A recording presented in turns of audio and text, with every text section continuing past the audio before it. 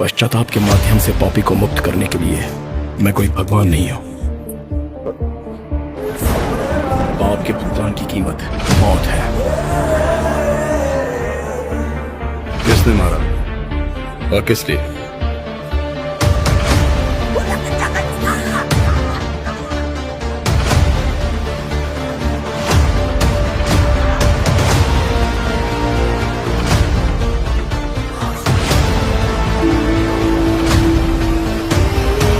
कोई भी तुम्हारे माता पिता की जगह नहीं है ना?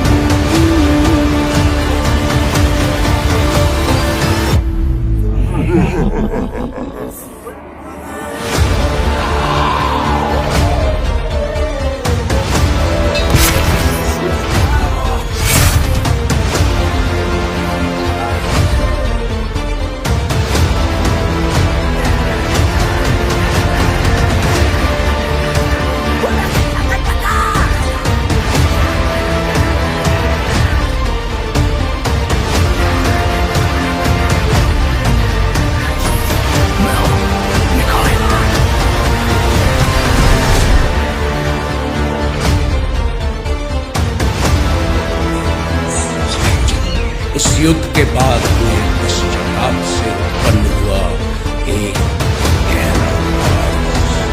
मनुष्य को भगवान में बदलने वाले इस राज को 9 पुस्तकों के रूप में बांट दिया गया और इन 9 पुस्तकों का संरक्षण करने के लिए 9 योद्धाओं को चुना गया।